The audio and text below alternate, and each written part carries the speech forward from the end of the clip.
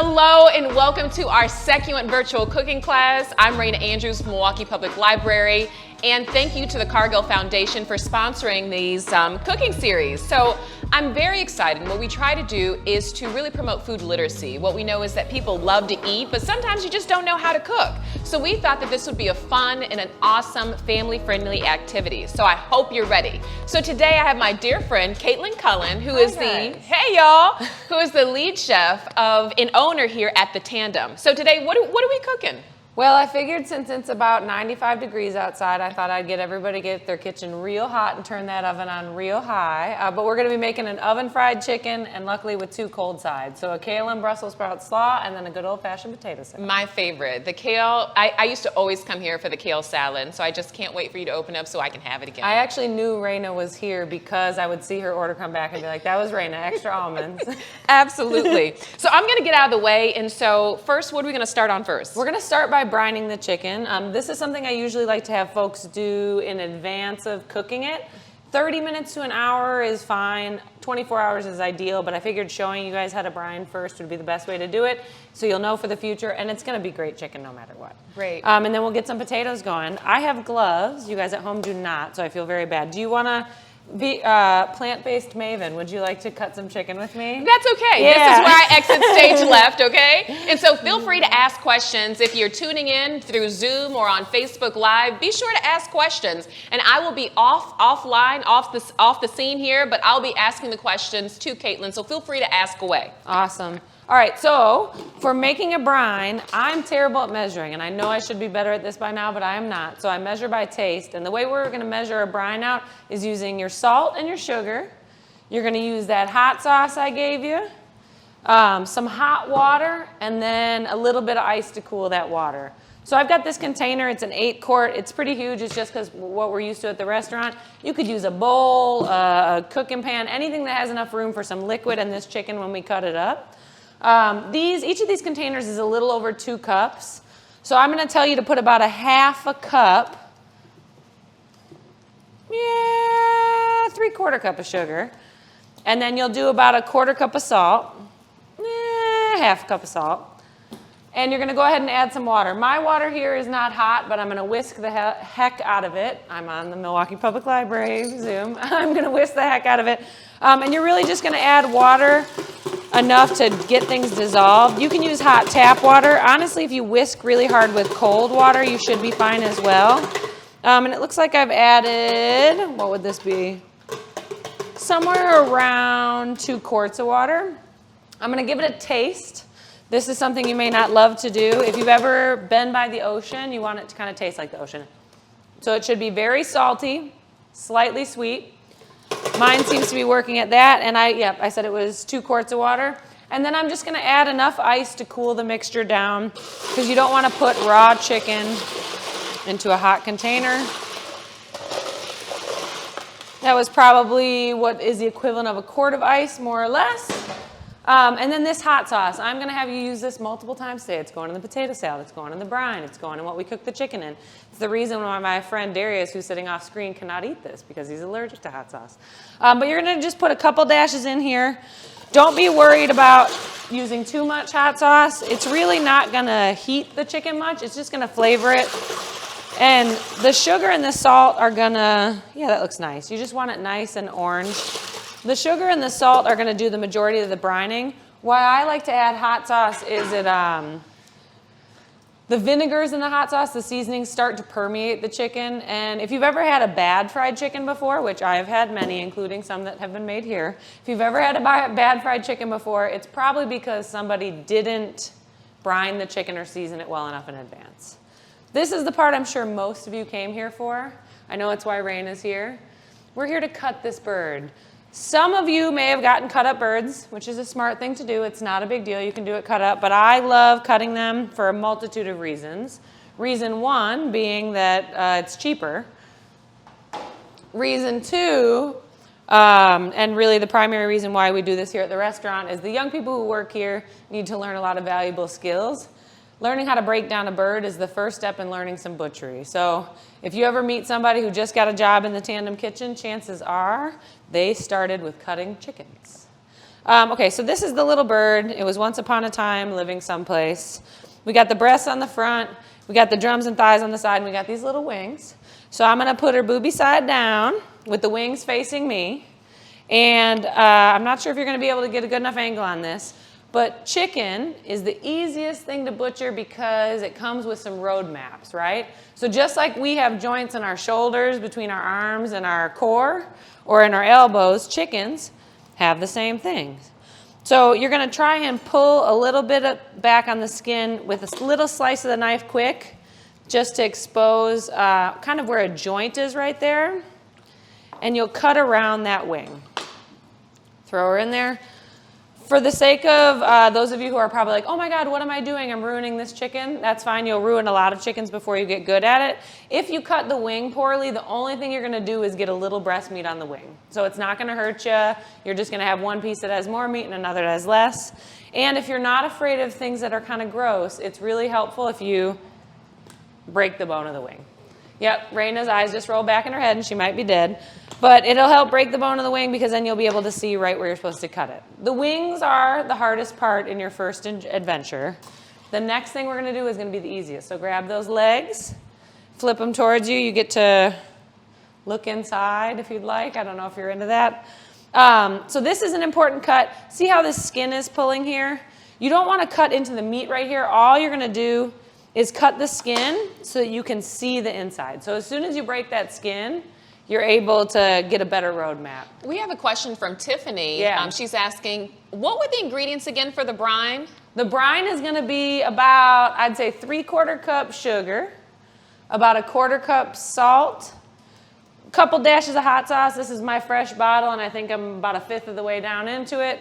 And then 2 quarts water, more or less. Really, you're just adding water to taste and see, does this taste pretty salty and sweet? Is it kind of uncomfortable in my mouth? If it is, then you're at a good point to add some ice. And ice is really just enough to cool that brine down. We cool? Yeah. All right.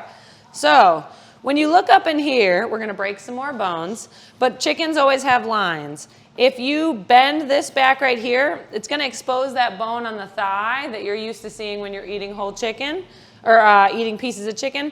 And if you feel right here, you'll actually see a line that follows along the bottom of the carcass here. So you will, keeping your hand way the heck out of the way, get in front of that bone, put your knife at an angle, and cut that thigh quarter off. And then when you're going to break down the drumstick and the thigh part, there's a nice line right here as well. Chicken comes with directions. There's a line right here, and if you stick your finger between where the thigh and the drumstick come together, you will feel that joint. So just like you would feel if your joint's here up in your shoulder, there's a joint right here that if you need to, you can crack it, but otherwise just feel with your finger and then slide through. Cutting should not be difficult. So if you're finding resistance, you're kind of doing it wrong. But is there anything wrong about it if you're going to cook the food and it's going to taste good? No. All right, so again, slicing that skin, kind of breaking that open. I'm going to crack open that thigh so that I can see that bone protruding. And then I'm going to get my knife in there and cut it off. Same thing again. We're looking at this line that is nicely presented to us. We're going to feel the joint in between. Ooh, see, and I didn't do it very well.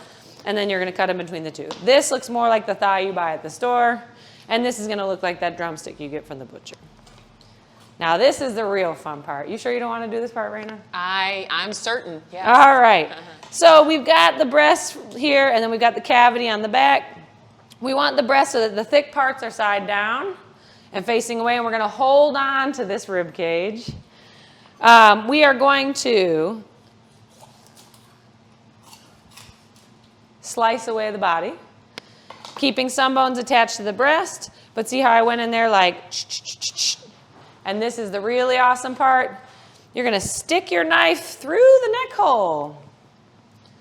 And we're going to keep your hand out of the way, but once the knife is through the neck hole, you'll flip the chicken on its side.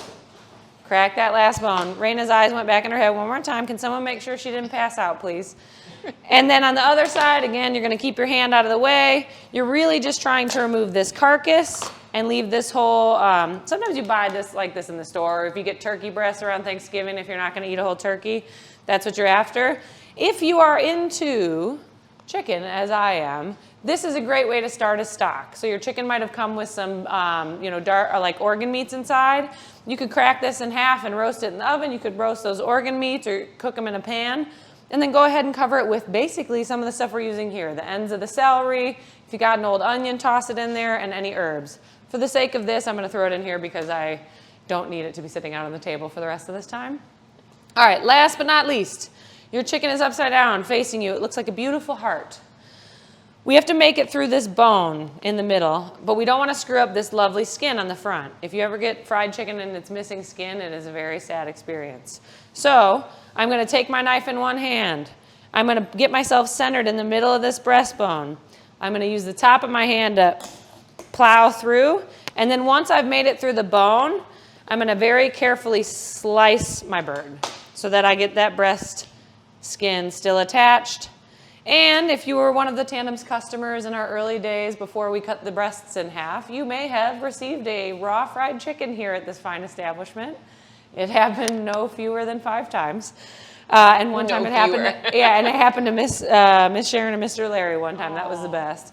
But so you're going to go ahead and, using a back and forth motion, slice through the meat and the skin of the breast and then crack that up one time. It's just going to make it so that, the chicken breast is different sizes. On this end, you've got a really narrow bit. On the front, you've got a real thick bit.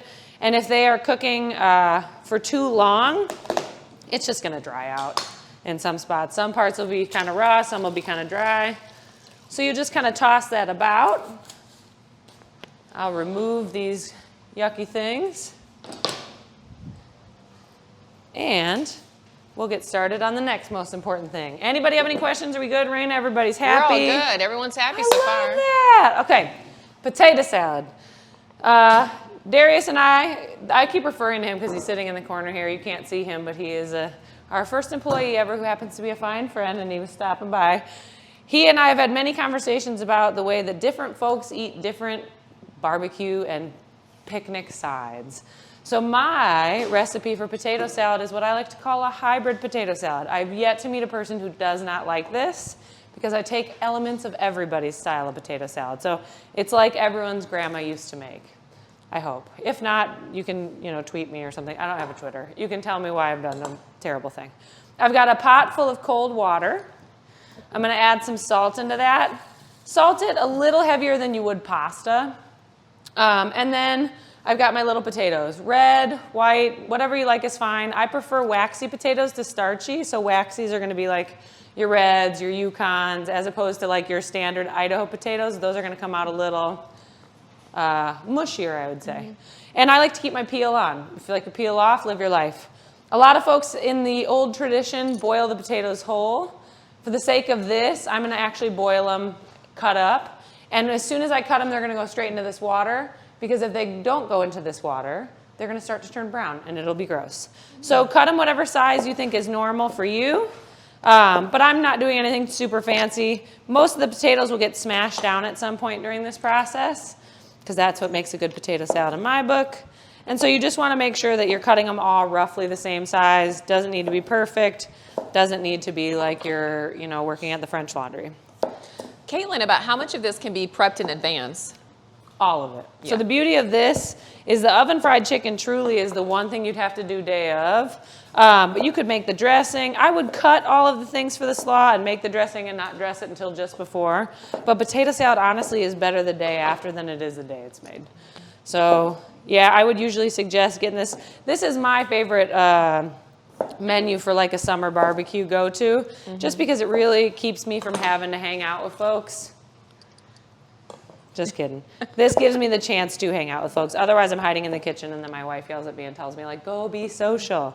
But if I can make potato salad in advance, I can make the slaw in advance, I can get the seasoning ready for the chicken or whatever I'm throwing at the grill in advance, then I really don't have to be trapped in the kitchen. And on a day like today, where I know your kitchens have to be hotter than mine because I'm in this dining room, you want to stay out of there. But speaking of making your kitchen very hot, I would love everyone to preheat their oven. So while you're cutting potatoes and everybody's kind of doing this at a different pace, you're going to want to get that oven going. You know how your oven works, right? If you bake a packet of cookies that says 375 and it takes a half hour to do it, crank it a little higher, but we're really looking for a genuine 400 degrees. So at home for me, that's 425. If I put it anything less than that, it's like a soggy pizza.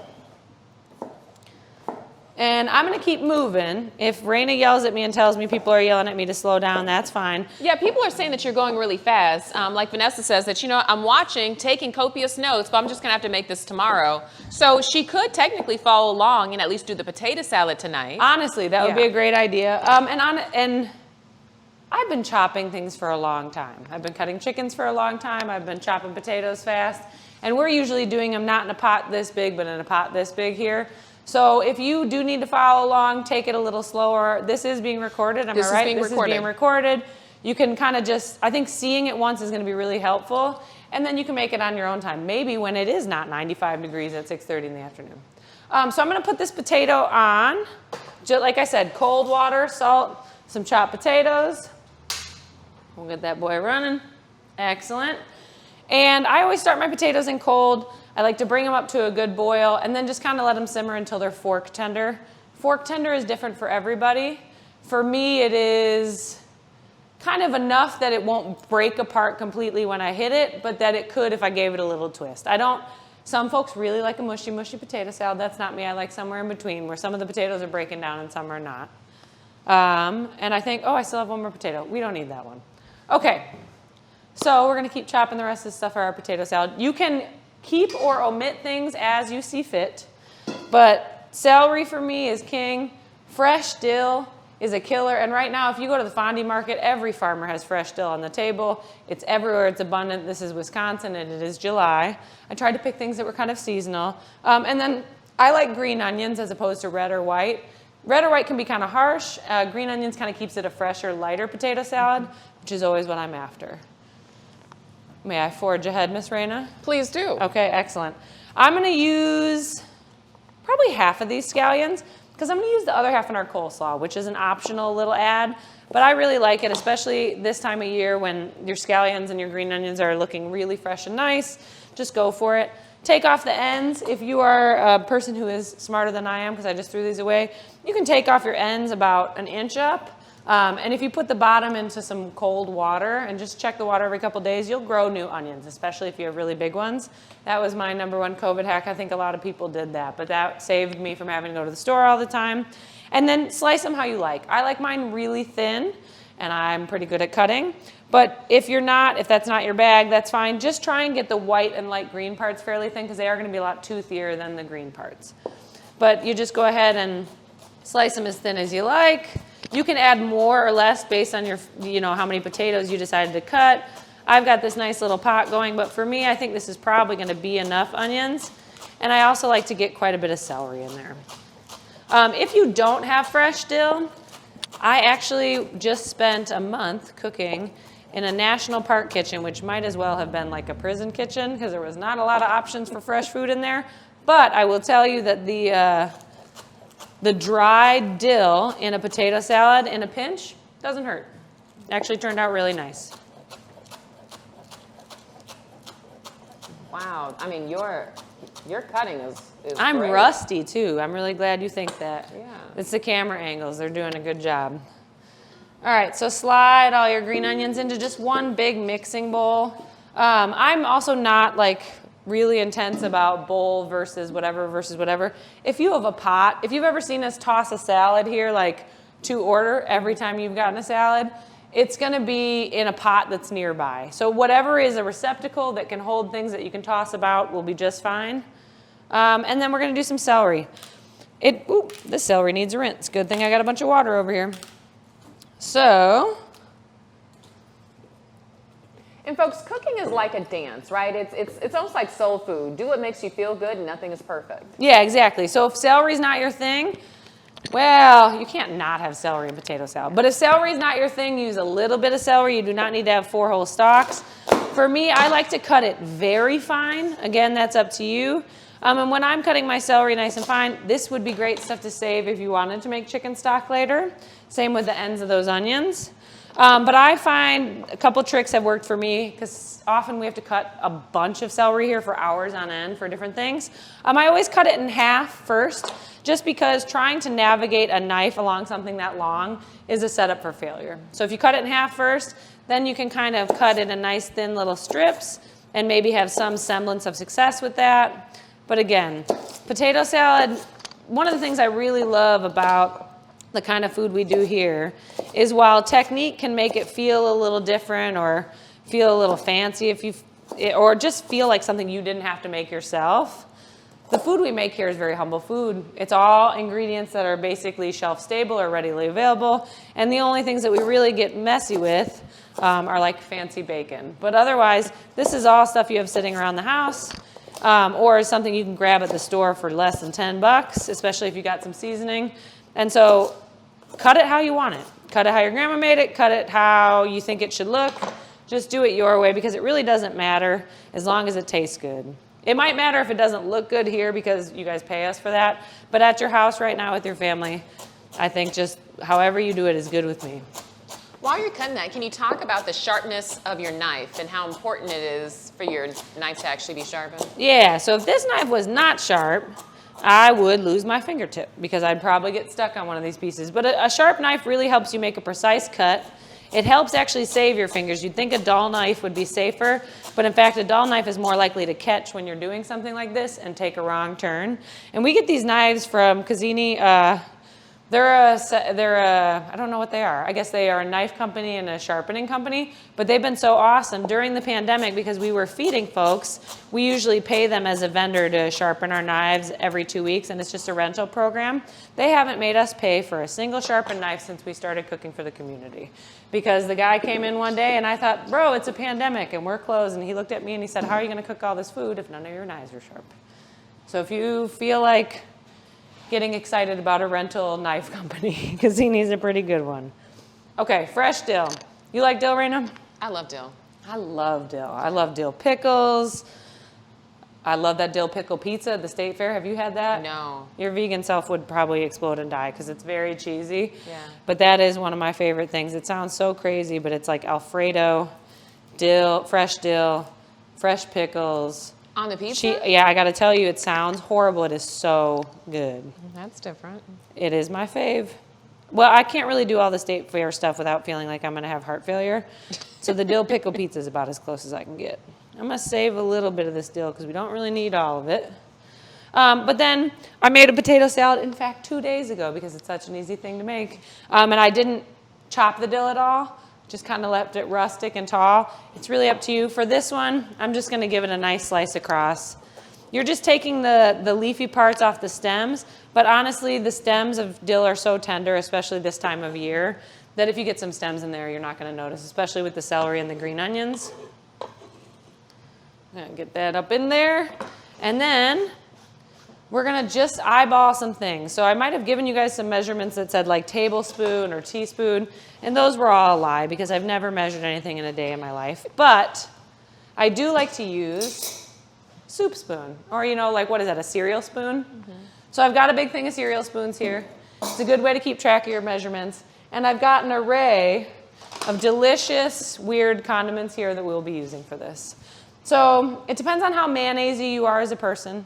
I know some people are really hesitant to use a lot of mayo. I like heavy mayo, heavy mustard. I like it balanced. Heavy mayo, heavy mustard. Yeah. And I like enough mayo to really give it that movement. Yeah. But I will say, if you've ever eaten at the Tandem, everything you've had has had mayonnaise in it. So we go through about 4 of those gallons every week because mayonnaise is a key ingredient to a lot of these things. So I'm going to take a nice, big, hefty scoop of mayonnaise to start. Like that, and I'm gonna do it 3 times. Just don't tell your cardiologist. All right, and then I'm gonna get into that relish. For you, it depends on if your sweet relish taste, if you're into that or not. I love some sweet relish in my potato salad, so I'm gonna give it 3 big scoops of this as well. That's why we buy these giant containers. And then I'm gonna use the same spoon because I'm a heathen, and I'm gonna put some mustard in here. Now, for yellow mustard, I'm only gonna hit it with 1 big scoop because my favorite part about a potato salad is a whole grain mustard. It is not a deal breaker. You do not have to have it in order to be able to eat your potato salad and enjoy it. But something about it visually, texturally, the whole thing just kind of, you know, it feels like a little bougie. It feels a little classy, a little nicer than your regular potato salad. So I'm going to give this a nice big squirt in here. That's how I get that heavy mustard, heavy mayo. And then a splash of pickle juice. If you don't have a splash of pickle juice, some apple cider vinegar will work well, and that's making a mess, so I'm going to grab my apple cider vinegar. But any type of vinegar, white vinegar, cider, little juice, but you need some acidity in there, and you need something to make it move, because otherwise you're really just eating mayonnaise. Last but not least, what's your favorite hot sauce? Use that, but I like the Valentina in there. Just that little bit of maybe 2-3 dashes for a little brightness. What do you think? That looks good. Okay, so we're done? Just playing. Okay, we're gonna make some kale and Brussels sprout slaw because I really wanna work out everyone's chopping skills today. So, kale, sprouts. I got 2 big bowls and a whisk, right? So one of these bowls I'm gonna make my dressing in. This other one is gonna be what I'm gonna put my chopped ingredients into. And it really doesn't matter what kale you use, but I love dinosaur kale. Lacinato kale, how do you pronounce it officially?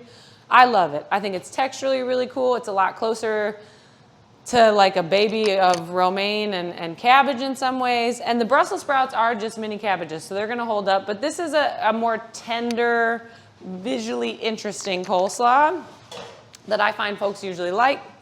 If you've never cleaned a bunch of kale before, you've got this nice little thing running down the middle. If you were here with Truman last time, I probably guarantee he used kale. Did he? Actually, he didn't. He used spinach. Wow. Surprisingly. Wow. Oh, kale, no. Oh, kale, no. Now I'm going to have to come up with some sort of, I'm going to do some puns. All right. But anyway, this spine right here, you could ask anyone who's ever worked at the restaurant because there's a lot of kale cleaning. And usually it takes forever because people like to be on their phone and talking to their friends while it's happening or perhaps living. It is a very fast thing to do. It should not take very long. So if you got the spine facing away from you and you pinch these 2 little flaps right here together, if you're just pinching the flaps with one hand and holding the spine with the other, it should come clean off. All right? So you'll repeat that with all your kale. And you're going to have these nice little sheets of kale. No one's talking in the chat. I just have to keep talking about kale. Yes. Gosh, okay, kale. Let me tell you, I love kale. I know it is so played out. I know kale is so 2016, whatever. But kale is an amazing ingredient to add to anything. I always put it in my lasagna. I'll throw it in spaghetti sauce. Ooh. If I make a tikka masala, throw a bunch of shredded kale in there. It's a really great way to get some nutrients. Keeps me regular, you know. And it's delicious. And it's really a non-intrusive vegetable. It's cheap. It's readily available. How did you get started in cooking? Whew. How honest do you want me to be? How honest am I allowed to be? Just as long as you don't swear. Just as long as I don't swear. I used to be a high school English teacher and a high school principal. And as much as I love my job, it made me feel often like I was going to lose my mind because the system is pretty much rigged for our young people to fail. And so I found myself going home at the end of my workday and engaging in non-productive activities because it was the only thing that would make me feel like I wasn't losing myself. Wow. And so one day I stopped using drugs and I started cooking when I got home instead. And everything that I would make would be a terrible disaster. I was cooking in a developing nation where there were brownouts rolling every day. There was, you know, like the power was unreliable, and I found myself boiling bagels to bake by candlelight at 4 in the afternoon on a Sunday, and I had never been happier. And it was like 110 degrees. And so a little bit hotter than this. A little bit hotter than this. And so I just started cooking for fun, and I really never stopped. I don't know. And my mother, bless her heart, was not a very good cook growing up, and so I had one of those home ec classes. And sure enough, they taught me how to make like 3 dishes, and then I took over cooking for the family. Okay, so for kale, I separated it out into 2 bunches because, again, I don't want my hand to be, I don't want to put anything out here that might make it dangerous for me when I'm cutting. But you're going to want to make a little bunch out of it, get your stuff all lined up nice, and then keeping your fingers back with this clump here, we're going to do what is a chiffonade, but really you're just slicing it as thin as you can. Doesn't have to be perfect, but you're thinking coleslaw texture, just with a different, or coleslaw sizing, just with a different textured leaf. And you just keep going until the whole thing's done. And part of what I love, I think I just said it already, but just to recap, having kale and Brussels sprouts at the same time is nice because they're two different colors, they're two different textures, they're visually interesting, they're interesting on the tongue, on the palate, and they really just also make your friends think like, ooh, you made a fancy slaw instead of just coleslaw. No shame on coleslaw, no hate for the slaw, but I love one's this always combination because I absolutely love Brussels sprouts and I absolutely love kale. And so I'm gonna have to try this. Well, and I was at Fondy on Saturday, and I got to tell you, the Brussels sprouts are starting to come in, which seems early, even though everything else is late. There's kale everywhere, there's greens everywhere, and so really you could do whatever you want. We've actually here done, for an event once, a collard green slaw. Honestly, if you cut anything small enough, you can eat it no matter whether it's raw or cooked. All right, this is the real fun part. And we're gonna wait until we get the chicken in the oven because we're gonna take a little pause. You guys are gonna need some rest with your cutting skills. And it is time to start getting our birds ready. How long has it been? Half hour, you think? Half hour. Not even. Excellent. Yeah. Then we're gonna go for it. So, leave your chicken in its container. Just because I wanna make you guys consistently crazy, I've also got another set of bowls. Can you tell that I work at a restaurant where we always have these things available? You're gonna need one bowl or a shallow baking dish, just something that you can toss the chicken around in once it's been coated, like to coat it in the flour. And then you need a pot, a bowl, a container, a Kool-Aid pitcher, whatever, just so that you have some liquids, because you're gonna basically switch the chicken from the flour to the liquid and then back again to the flour and put it on a tray. This tray right here is for that. Am I doing okay with this, guys? I really have not done something like this in a long time, and my brain isn't working, and I can't swear, so I don't know how to talk to people. Great. You're doing great. Oh, stressful. It's not stressful. They're making it very easy. All right. So I don't need these gloves yet. So we are going to get some flour into this bowl. All-purpose flour is nice. If you want to use a gluten-free flour, that's fine. I find sometimes the gluten-free does not bake very well, although it'll fry okay. But really just any type of flour your heart desires. Could be a whole grain unbleached. But if you're a purist and you're really going for that, like, you know, somebody's grandma made it flavor, go with the bleached all-purpose. Just enough to fill your dish or your bowl. It doesn't have to be anything perfect. I might actually splash a little more in there. Err on the side of more rather than less with the flour, just because, to be honest, flour doesn't cost that much money, and you don't want to get this to be too gummy. And I'll tell you what that means in a minute. And Sarah says you're doing great, by the way. Oh my God, thanks, Sarah. That's really great, Sarah, because I needed a little pep talk. Yeah. Usually I'm used to people gassing me up all the time, but Darius left. Okay, just kidding. So I've got my flour in here, and then I've got the seasonings that I had you guys pull out. So I've got paprika. This is largely for color. And just a little bit of that smoky flavor, but honestly, we eat with our eyes before we eat with our mouths, and that paprika is going to add some color to it. Is that the regular paprika or the smoked paprika? It's regular, honestly, but it's whatever you got. It really doesn't matter. Honestly, I think paprika is a fake spice. Don't tell the Hungarians, but I don't think like anybody. Can you taste paprika? I maybe haven't had any good paprika. You can, okay. Cayenne pepper. You're going to want to not lean on this very much if you're spice averse, but this chicken will not be spicy. It should be pretty straightforward. But you do want that little bit of heat in there, and again, it gives that color. Onion powder. I think. Onion powder. Yep, onion powder. Or granulated onion. Just don't use onion salt, because we're going to be really salting the heck out of this. And if you do use onion salt or garlic salt, just be careful, because then you're going to need to adjust your salt as needed. Garlic powder or granulated garlic, black pepper, kosher salt, and sugar. That's another thing. Anytime you eat something here at the Tandem, no matter how hard I try to fight this white devil, I do love sugar, and it really does help. The sugar does two things. It kind of mimics the seasoning that it's gotten in here, right? Anytime you're making food, you want it to speak to different components of the food. So if it's already been in the hot sauce, it's been in the salt, it's been in the sugar, it's really helpful to have those ingredients in what it's going to be cooked in. But you don't need very much. And then the sugar also, when you're frying or when you're baking, is going to give it that caramel color. So we're using these for a little bit of that red tones, but truly sugar will cook at a high heat, And so it kind of gives it that crispiness. When somebody says like cook my chicken extra, they should just have a little sugar in it. So I'm not going to use much. I'm going to try and use my spoon so that you can measure a little better. But as far as sugar goes, I'm going to do 1 spoon. 1 tablespoon of sugar. 1 tablespoon of sugar. All right, for black pepper, this one is as much about the heat and the flavor as it is about the coloring. So I got a heaping one of black pepper. I'm going to do that twice. I like the way that looks. And we're probably going to taste this and try it again. This was the one I said was garlic. This is garlic.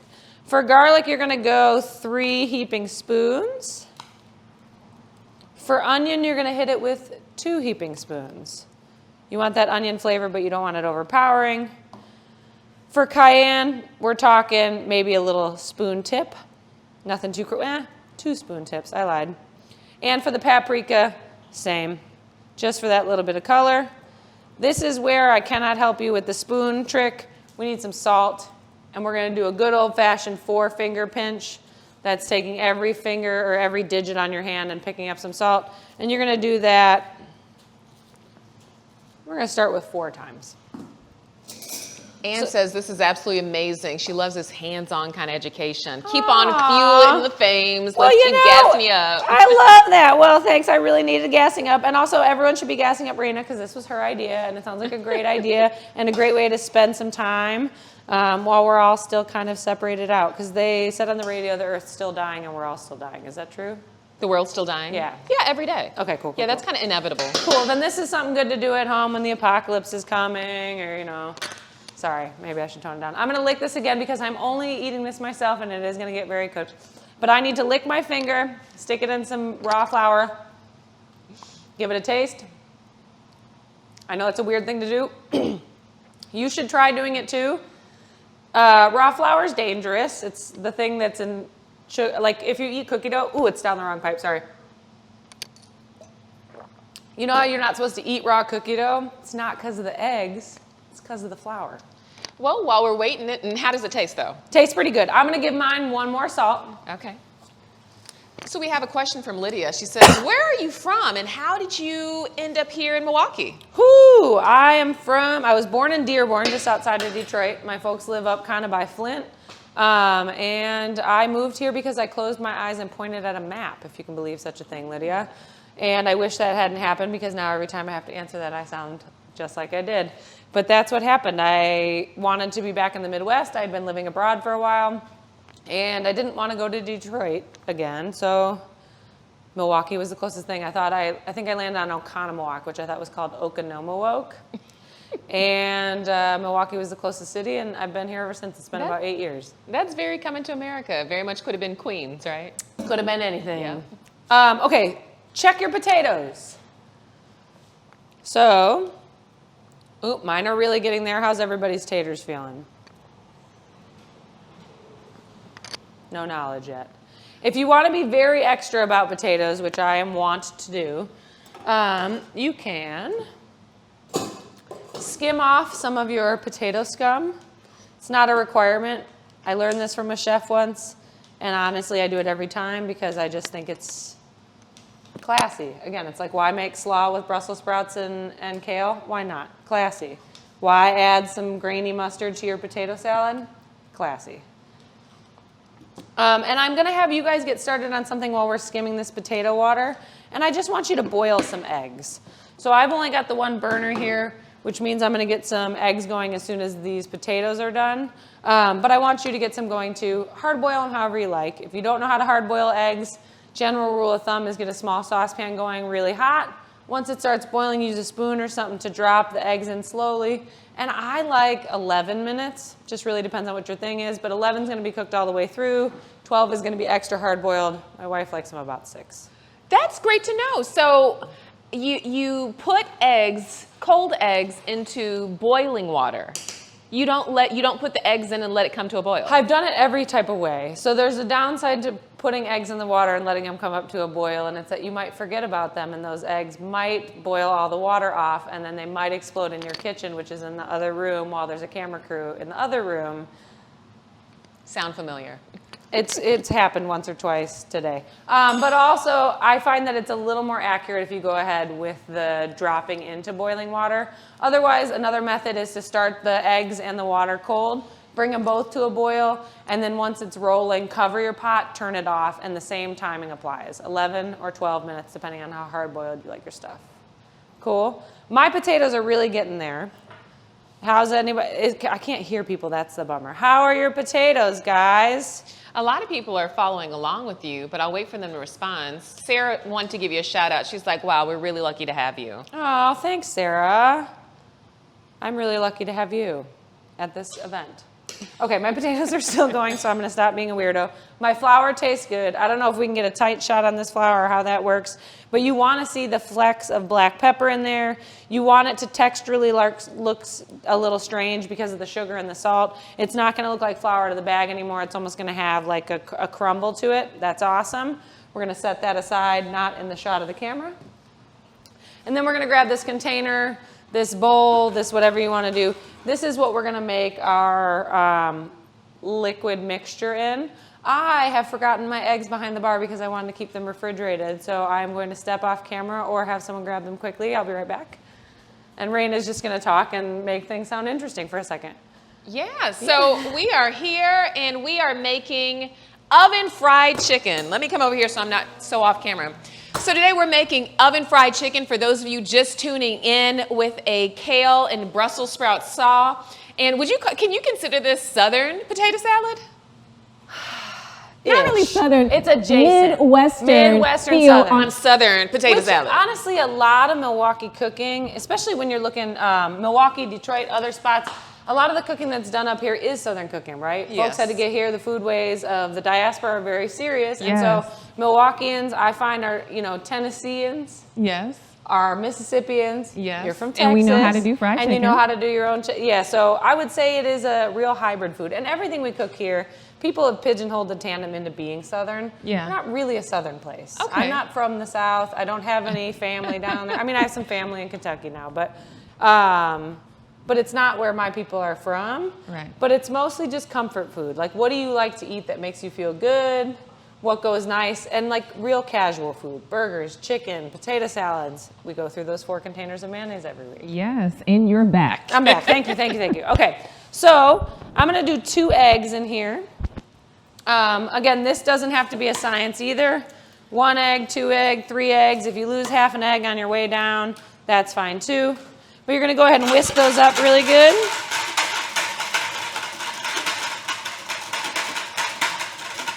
And then we're going to add some of this hot sauce again. Honestly, any Mexican brand of hot sauce, Mexican style is kind of known for its kind of thick gelatinous stuff. It's not as thick as a sriracha, but it's also got kind of a more straightforward flavor profile. Sriracha has all different kinds of seasonings in the back end that you may not want.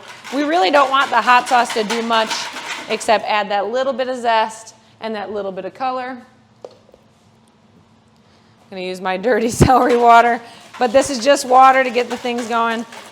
And you just want to get it going until, oh, that looks perfect. You just want it so that you can see the eggs in that the water is not translucent anymore. But the hot sauce is just enough to make it like a nice light orange.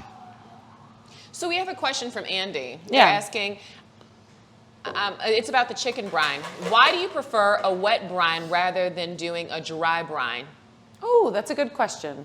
I think it's a matter of preference. For me, in a restaurant setting, a wet brine is less likely to get screwed up, right? So if we have all different young people doing this, the wet brine is a pretty standardized recipe. Whereas if someone's doing a dry brine, they might not put enough on there. They might put too much on there.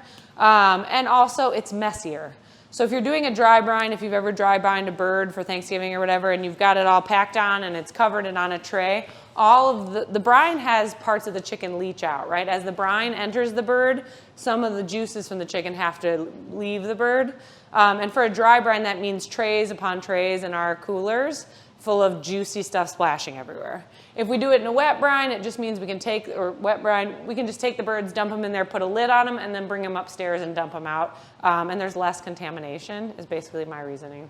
So is it best to brine your chicken at room temperature or refrigerated? Refrigerated, but for today, since we're gonna just get ready to cook in this one and they came out cold, room temperature is fine. I mean, don't tell the health department I said that. But generally speaking, if you're gonna buy a chicken from the store and cook it, you know, an hour or two later, and you're gonna throw it right in the brine, you can leave it out. But it doesn't make much of a difference. And Sarah's asking about how much water did you add to the eggs? That is a great question. It looks like about 2 quarts again. Looks like I'm on a roll.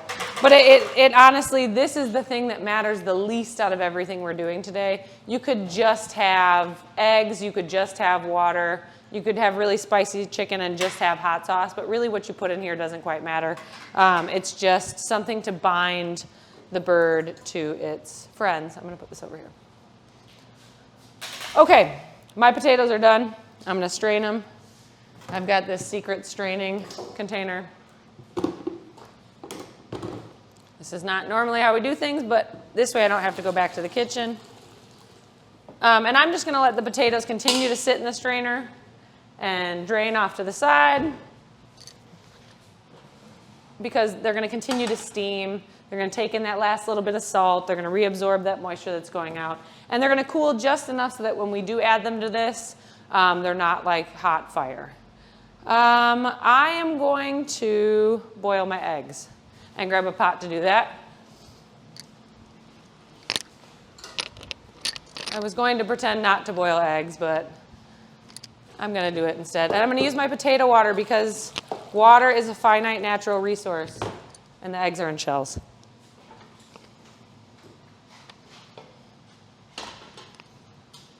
And this water's already hot. Okay, so we've got our chicken water. We've got our chicken tray. We've got our chicken, and we've got our chicken flour. So how important is it that you get the seasoning right with the flour?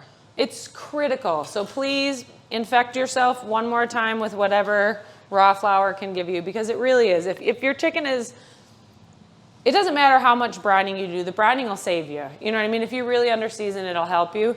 But the flour is the most essential part of the whole process because really that's where all the flavor is coming from. Chicken's great, but if you've ever had someone who like gave you a boiled chicken breast, you know well enough that it needs a little more than that. You've never... I used to have a friend growing up, and her mother used to boil chicken. And being from the South, it's like, who does this? Why would you boil chicken? There's like 100 things you can do. I'm not staying for dinner ever again. Don't. No, thank you. I'm glad. Did you? No, I didn't. There. Yeah, you have that's to the last time. You have to, you know, be proud of your choices and your lifestyle. Again, I'm innovating as I'm out here in the dining room. But I'm gonna make this as easy as I can. Okay, I told you guys to either have pan spray or to have oil. Either one works. I have this classy pan spray that I'm gonna hit the bottom of my pan with. You can also just hit it with your oil, that's just fine. But just enough to coat it so that the chicken isn't sticking.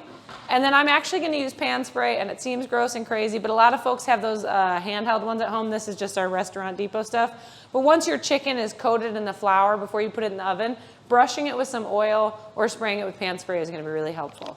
Truman has his instructions on his Funky Fresh spring rolls for his air fryer and whatever, and he's always telling you to spray it with olive oil or coat it with olive oil. It's the same idea. The spray is gonna be a better distribution, but truly what you need to do is just make sure the flour has a coating of some sort of fat on it so then when it goes in the oven, it cooks.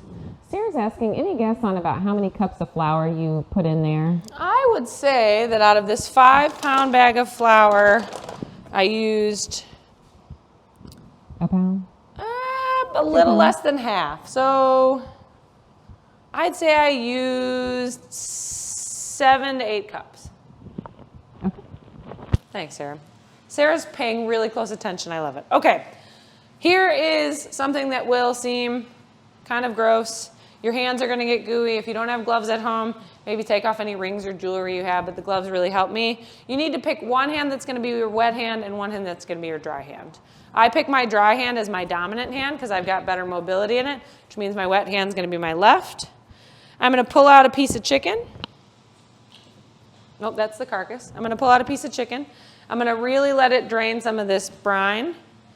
If you wanna have an additional step, say you brined your chicken the day before you're gonna have folks over, if you're able to dry it and let it sit in the strainer for a little while before you start battering it, it's really gonna help, but honestly, it won't be a killer. So I'm gonna put my left hand, drop it in the dry, and then with my right hand, my left hand far away, I'm covering the chicken with flour. I'm kind of squeezing it onto the bird, and then I'm giving it a shake and making sure when I look at it that all parts are covered, and I'm gonna set it on my tray. If there is any part of the chicken that is not covered when you pull it out of the flour, it will not have coating on it. And if you're using a deep fryer, which you're more than welcome to do as well, you'll really notice it a lot more than in the oven fried. And again, it's just, for a deep fryer, it'd be 350 degrees versus the 400 degrees we have your oven on for oven fried. Again, I'm shaking and flipping. I'm hoping you guys are doing the same and having fun. I know Sarah's still with me. Maybe Lydia's still with me, but I'm hoping you guys are keeping up okay. And Raina, can I put you to work? Yeah. I need one more of these trays, and they're on that shelf back there. But this is a fairly large bird, and it is not going to fit on this tray. Do you have to do it piece by piece? No. Are you going to be happier with the quality of your bird if you do it piece by piece? Heck yes. So if you can do it little by little. In the restaurant here, obviously, we don't always have that luxury because we're not frying one chicken at a time. We're usually frying several dozen. So if you find that you're getting annoyed or you ran out of room on your tray just like me, you can also toss them and set them aside in the bowl, just as long as they're not touching the other pieces of bird that are coming in. So they're back here, right? Yeah. Oh, Or in the kitchen. shelf. Or I'll My just bad. look around. Yep, I'll the just look kitchen around. shelf. And so I'm Got just it. shaking off that excess flour, trying not to chicken fry this carcass, which would be weird. Awesome. Thank you. Much bigger tray, much better odds.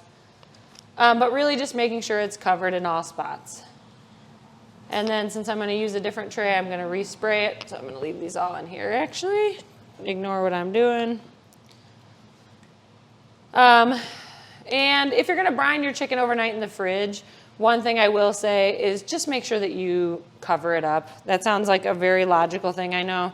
But when you've got a big jug of something wet in there, you think, oh, it'll be fine. I have many times ruined the fridge at my house with an uncovered brine chicken that I was very sad to have done. Why did you ruin it?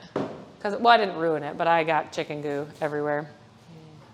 Okay, so I'm going to respray this because I got a new tray in the works. I noticed that you keep the skin on this chicken. Some people like to remove it. Are you kind of defeating the purpose if you remove the chicken? I mean, the skin? Defeating the purpose. Everybody has different health concerns, right? If you have a diet that really means you shouldn't be messing with chicken skin, then by all means, remove the skin. The brining will really help with that flavor and that texture. But truly, the chicken skin is like the best part of the fried chicken from where I'm sitting. So I would encourage folks, if they are able, to leave the skin on. And that's why I showed you guys how to cut that breast like that, because I wanted to make sure that you got that skin on each piece.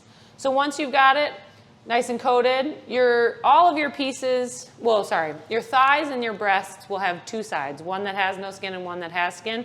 You want the skin side facing up so that skin can get nice and crackly. For your wings and your drums, it doesn't really matter. Although for presentation's sake, I'm going to put my wings up like this. But the wings are going to cook. They have skin all the way around, as do the drums. You know what? We're going to do it like this. Cool. So we've got our chicken. I should have 10 pieces, which means I did my math right. We've got all of our stuff a little bit out of the way here. We could probably put in our eggs by now, huh? I think we're going to put in our eggs when we put this chicken in the oven. Okay. I'm going to set these right here for a moment. I'm going to carefully drop my 2 eggs in. I think I'm going to do 3. Yeah, let's make it real eggy. Right? Raina said she liked it eggy, and I didn't want to, push it, but I do like it eggy as well.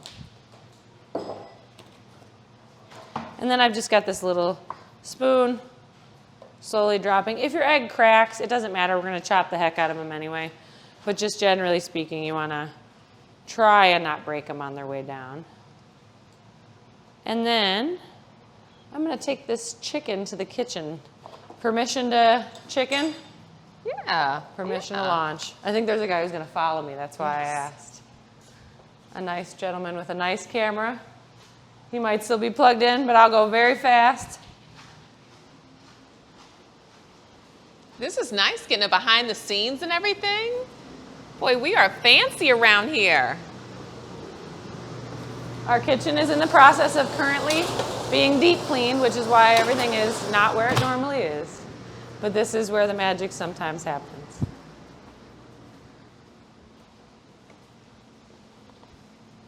All right, I got my eggs in. I'm not gonna set a timer, but Raina, will you help me keep track of the fact that in about 10 minutes I wanna check on these bad boys? Yes, it is 6:55. I love that, because I do not have a timer. This is still going large, and we're gonna get back to our slaw. Everybody still doing good? Does anybody need a second to get chicken in the oven? Is chicken already in the oven? Are we all happy? At this point, folks are still chopping up celery. Love that. Really? Truly? No, I just made it up. They're I was really gonna say- watching you first. I was gonna say, they shouldn't be messaging if they're chopping celery. They need to be using their hands. Okay, I'm gonna get my Brussels together to go with my kale, but I'm gonna hit this potato salad with these potatoes now. Ooh. They've cooled down enough. They're not lava hot anymore, but they're kind of nice enough to mix in with all these things. And when you're mixing them in with that vinegar, the vegetables, the mayonnaise, you've got a nice thing to work with. A spoon is fine, again, because I've got these nice gloves. I'm just gonna kind of smash mine in. And you were right about the eggs, because we are gonna need a little more texture, because I overshot with my mayonnaise. So make sure that you're adjusting as needed. Some more eggs will really help this out. And it's gonna dry up. So as the potatoes continue to cool, they're gonna keep absorbing the liquid that's in here and becoming potatoey. That's good that we have like a wet potato salad now. I don't like that dry potato salad where they're stingy with the No, you can't be stingy with it, but I think the eggs will really bring it together. Mm-hmm. And also, it's potato salad. Have you ever had a potato salad you don't like? Yes. You have? Oh, yeah. I've never met a potato salad. salad. At the cookout, I always ask, who made the potato salad? Whose potato salad do you eat? Yeah, my mom's. Mom's. We called her rich potato salad. Rich potato salad with the extra heavy Hellmann's? Yes. Mm-hmm. Hellmann's or Miracle Whip? Hellmann's or Miracle Whip? Oh, okay. So that's Hell no. We digress. Okay. No. Okay, just cut the show off. I cannot. Just turn it. I gotta go. No, I'm just so like, okay. Kate is asking, does the chicken ever go into the egg, water, hot sauce mix? Did we miss that? Oh my Lord. I'll be right back. I was feeling myself. I didn't even spray the chicken. Thank you. Yes. I was thinking that too, Kate.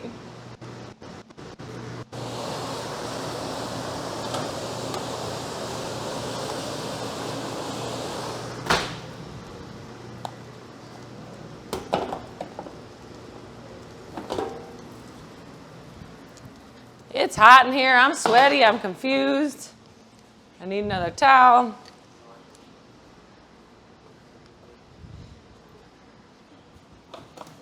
Who asked that, Katie? Yeah, so that's Kate. So now this is how you make double fried chicken. This is how you make double fried chicken. Thank you, Kate, for saving me from giving you guys a really bad dinner. Yes, it's supposed to go in the flour and then into the liquid and then into the flour.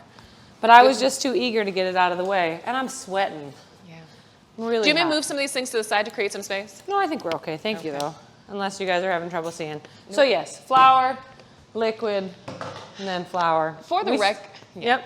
I was going to say, for the record, Vanessa agrees, Hellmann's all day. Thank you, Vanessa. Yeah. Okay, yeah, this is double fried chicken. So you'll put it in the liquid, keep your hand in the liquid on one side, flour on the other. Why is it important to keep them separated?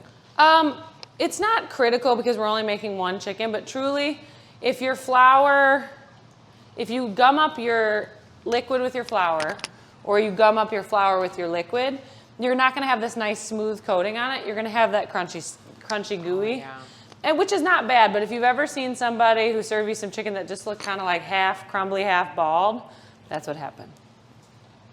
And you can tell my restaurant has not been open for over 16 months because never have I forgotten how to fry chicken until today.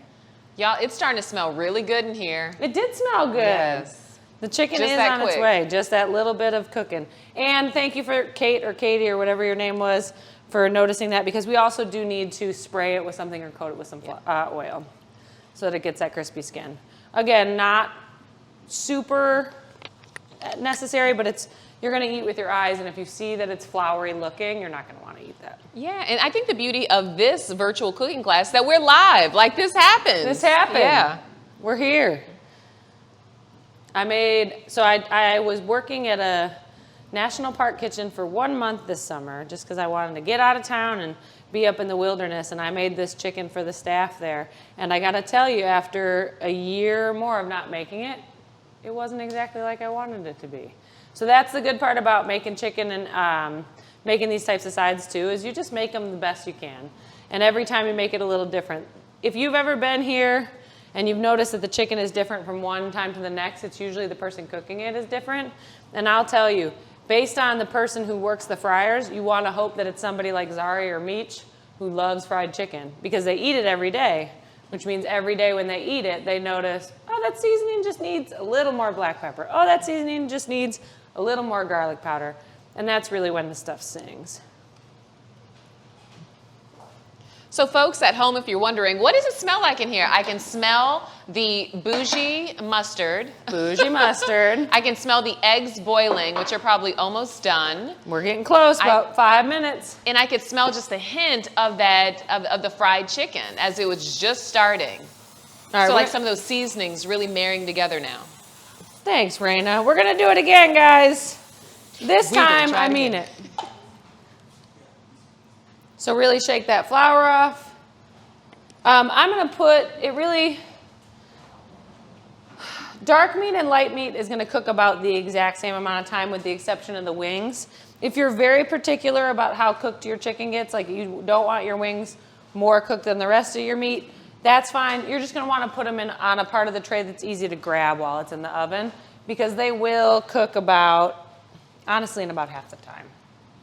But I just let them go the whole time. They're completely covered in skin. They're gonna stay moist. They were in the brine, and we should be good. Okay, so we're gonna spray some stuff on. He's gonna follow me again. He's such a nice guy. Yeah. And let's see how spraying on top of these goes. Oh yeah, I'm liking that. See how the color is kind of changing on them? Oh yeah, that looks great. That's really gonna give it that. This is what's gonna fry it, truly. Because we made an oven fried chicken here once when I had never done it before for a cooking demo for some poor souls who are not you guys. And we didn't really do this part. And it left something to be desired. Mm-hmm. We've since learned quite a bit. So is that like spray canola oil, vegetable oil, Yes, olive oil? I think this is spray Crisco, all anti-stick for fat-free cooking. Crisco, fat-free cooking. That's what it says, for fat-free cooking. Okay. It is made of canola oil and soy lectin. Oh. Choose whatever you want, people. Choose whatever you want. Olive oil would probably be fine. It's a much healthier fat, but it also does have a much lower burn temperature. Mm-hmm. So the bummer with olive oil sometimes, and why a lot of restaurants don't use it in their kitchens at all, is it will lead you to some burned up food if you're not careful. I mean, but also you're putting it in the oven. It's not like you're deep frying it at this point. Good point. Raina's health conscious. We're putting it in the oven. Let's do it again.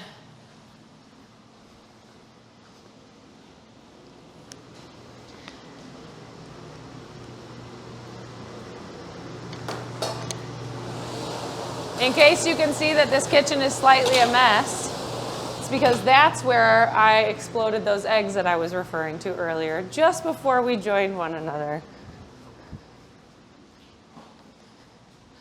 All right, so it's about 7 o'clock. We've been doing this about an hour. This is perfect timing. Our eggs are gonna be almost done for our potato salad. I'm gonna cut this slaw. We're gonna dress it, and honestly, by the time the eggs cool and we add them, the slaw is dressed and good, I think that chicken's gonna be ready. Okay, so this is the optional step. I love scallions in my slaw. I just think it adds something fun to it. It's a nice little texture. Plus, I already bought one bunch of scallions, so why not just use all of it? Again, as I mentioned earlier, especially when you have a thick scallion like this, if you cut it about yay high, put it in a little cup of water. You will get a whole another round of green onions for your life. So again, with this chicken, we put in the oven for 425 for how long? For about as long as I'm gonna tell us. For about 25 minutes. We should be able to eat around 7:30 if everything goes according to plan. If you have a meat thermometer at home, which I realize not everybody does, that's a really good way. You're just gonna wanna get inside the deepest part of your biggest piece, which is probably gonna be that breast, right up against the bone, and look for a temperature of 165. If that's not a possibility, I think 25 minutes is on the low end, so we would say 30 minutes just to be safe. And because it sat in that brine, it hopefully won't dry out. When all else fails, cut into that sucker at the biggest piece, see if the juices run clear or if there's any pink left. If there's any pink left, throw it back in. There is no shame in cooking your chicken a little more, especially since it has all the seasoning on it and the skin, which is gonna keep it moist. So even if you hack right into that breast and you see, oh no, I need probably 10 more minutes in the oven, that skin is gonna continue to render and it'll trickle into that breast and make sure that everything's good. Cool? Thanks for asking, because I don't know. I've learned how to cook to touch, which is very complicated, but I temp a hamburger or a steak based on how it feels in my hands, which I realize is not everyone's guaranteed method of not poisoning their friends and family. So definitely just use a meat thermometer if you've got one. Otherwise, if you don't have one available, I'd say 30 minutes and do a cut and check. And if that is still not there, you just got to keep throwing her in again. I will eventually come up with like an actual recipe. We have recipes for how to cook things here at the restaurant for like when I'm not around, but really it's been a long time since I've written one down. Okay, I got my scallions in there. The Brussels sprouts are gonna be the fanciest footwork of the day. I tried to get bigger sprouts. Luckily, they were looking pretty good out there. If you got the teeny tiny ones, I really apologize in advance. You're gonna hate me. You're gonna take off the end of the sprout. You're gonna let any really loose leaves come off so that you have like a little mini cabbage, and then you're gonna cut it in half. Kind of hot, what would that be, hamburger? No, that would be hot dog. Yeah. Hot dog. Vertically. Yeah, you know, it was like this, and now it is like this. And with the root side on one side and your knife on the other, you're just gonna start slicing like you did the kale. Take your time, take it slow. This is gonna be the thing that takes the longest. But you really just wanna shave them. If you have, I don't know if anyone has a mandolin, if that's like anything people use at home, but one of those like kind of nice little slicer machines. Oh, if like you have the julienne one, slicers? Yeah, if you have one, go ahead and use that. Just use a guard. Please don't cut your hand off while we're in this show, because I think that would be really, I don't know. I know it'd be traumatizing for you, but I feel like I would also feel it too, like if someone lost fingers because of this. I don't want to be that guy. But you're basically just slicing them nice and thin, like you would a coleslaw, just in smaller amounts. And this is where the bougie comes in, right? This is, the Brussels sprouts are the whole grain mustard of this kale slaw. I made this slaw recently with a very different vinaigrette. So if somebody's mayonnaise averse, or they're thinking like, God, this is a lot of mayo for one thing, because we are going to be dressing this traditionally with mayonnaise, sour cream, a little garlic, and then with some cider vinegar. But if you are thinking like, I have a mayonnaise limit and we are about to reach it, a really nice option for seasoning this that I did recently was just some shallot, or the green onion would work, with some lemon juice. And that was really nice. I skipped the mayonnaise altogether. I went lemon juice, shallot, a little bit of oil, just enough to make it kind of emulsify a little bit. Some Dijon mustard really helped kind of set off the whole thing. But that's an option for a brighter, less traditional slaw. I just figured if I told folks I was making slaw today, they might be mad if I showed up with lemons and shallots. I've already got the grainy mustard and the kale and the Brussels sprouts. Raina, what do you make at home? Like, what's your like go-to? My go-to at home, How old's your son? he's 4 now. 4. Yes. Does he eat creatively? Well, he'll explore. He'll say that's mommy's food. Yep. Yeah. So my go-to is I love a good kale salad.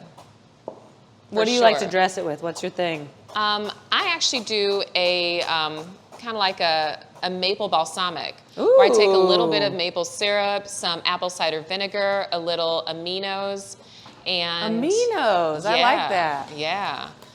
And a little bit of olive oil, mix that together. That's the best dressing I've had.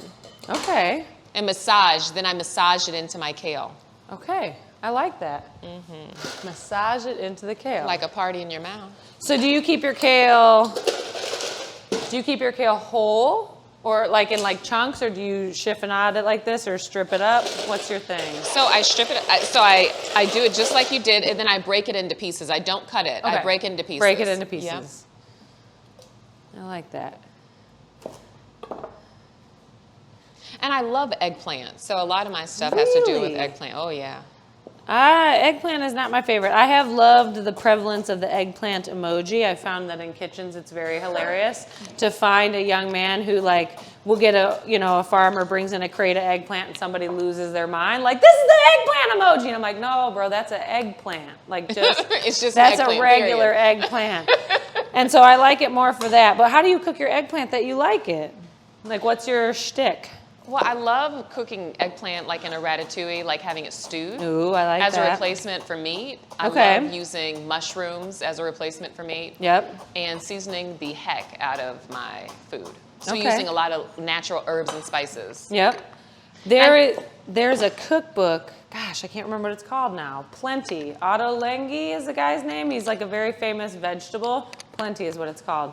That mushroom lasagna, no meat in the whole thing, takes about 3 hours to make. You just feel like an idiot. You just keep going and going. I've made it no fewer than 10 times since my friend got the cookbook just a couple months ago. It is extraordinary. You don't miss the meat at all. The mushrooms cook down in such like a magical way. The techniques are wild. You got to give it a try. And the book is called Plenty. Plenty, yep, by a dude named Otto Lengi. But it was awesome. I got it for a friend as a Christmas gift that was really like also for me because he's a chef. So I was like, yeah, we could like check out this cookbook together. Meaning like you'll probably do most of the cooking and I'll get to eat it at your house. And that really worked out. He's a good friend though. That sounds delicious. It's just really awesome. I can't quite recommend it enough. All right. I think we're getting pretty close on the Brussels here. My goal is just to have a fairly even mix of Brussels and kale. I also plan on dropping it all over the floor. But you want it to be a little bit on the Brussels heavier side, just because the kale will get softer quicker. And so you want it to stay toothy. I'm going to add a little more Brussels. I love Brussels sprouts. Like this is a winning combination. I've never had this in a slaw together. Really? No. So one of the questions is folks sometimes buy like the pre-made coleslaw liquid mix.